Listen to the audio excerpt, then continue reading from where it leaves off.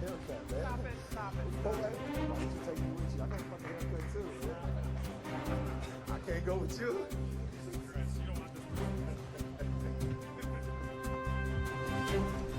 Hey, LeBron. What's going on?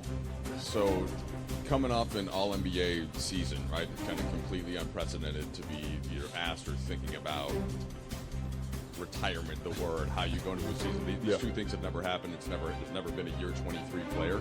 How do you square all that? Still playing at this level, but closer to the end of the game. Right. I mean, I don't know. I mean, I'm excited about today. I'm excited about the opportunity to be able to play the game that I love for another season.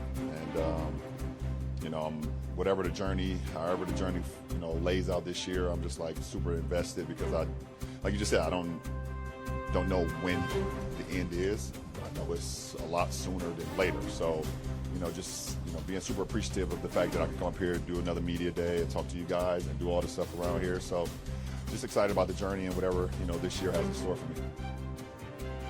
LeBron, along those lines, you've said a version of that in this room a couple of times where, you don't really know what's going to come next. You don't know when you're going to feel that it's been enough. What are the things that are still pushing you to keep doing this? And does it feel closer?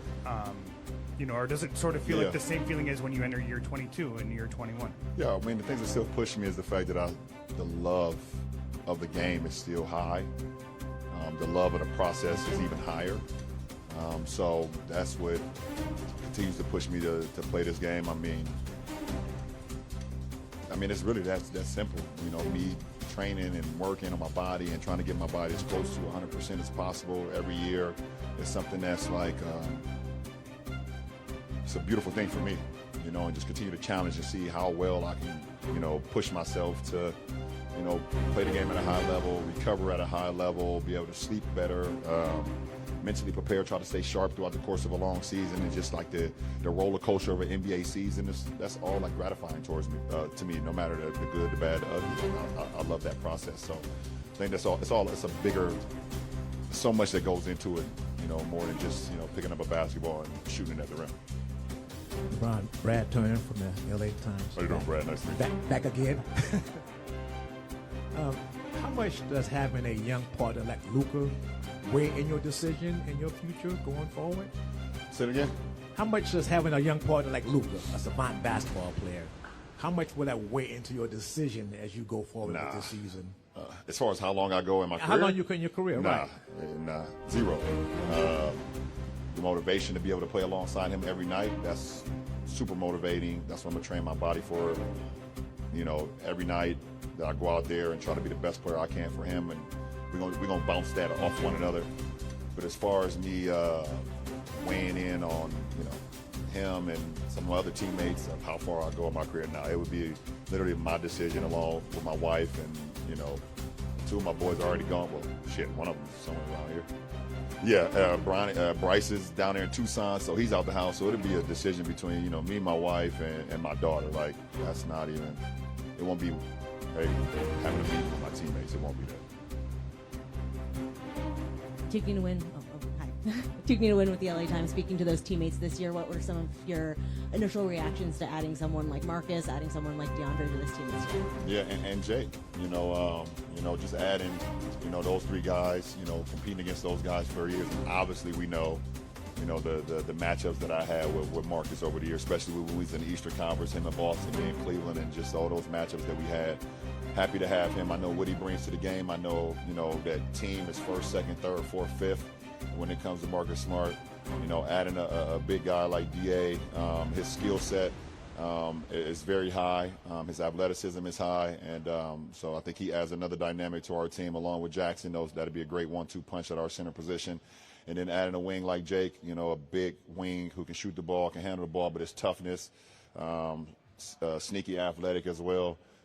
It's going to be great for our ball club, and I'm just looking forward to seeing how it comes together. And the best thing about it, we have a full year starting off at training camp. I think that's going to be very good for our ball club.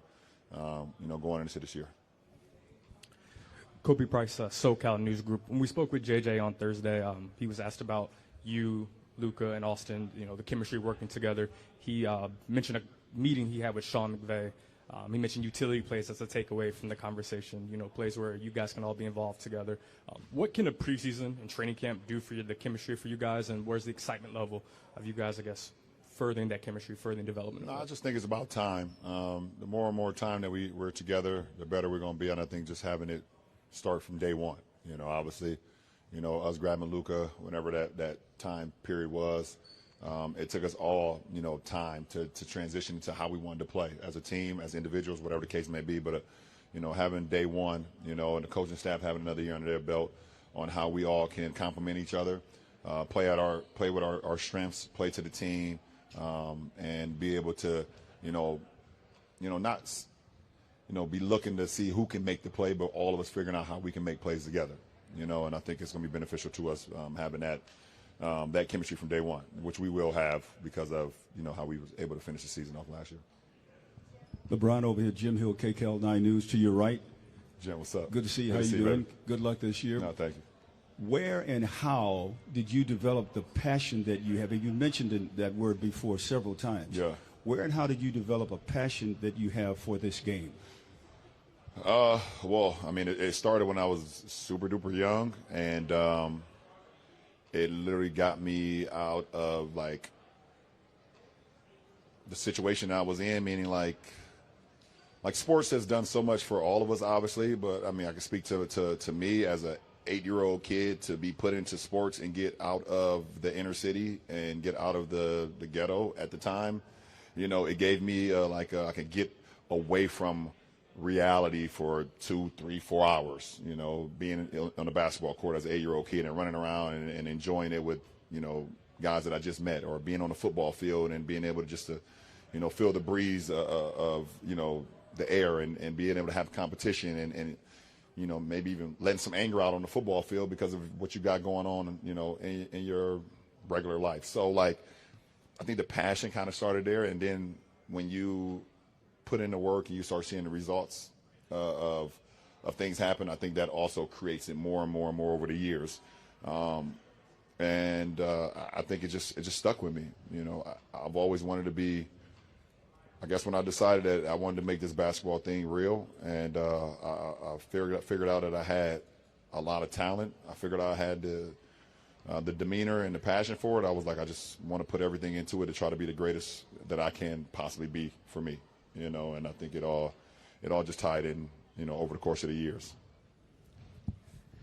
LeBron, last season at this time, you were talking about how the Olympics opened up a memory of competing at a certain level. Was there something this offseason that maybe gave you a similar reflection or opened up another revelation about this next chapter for you?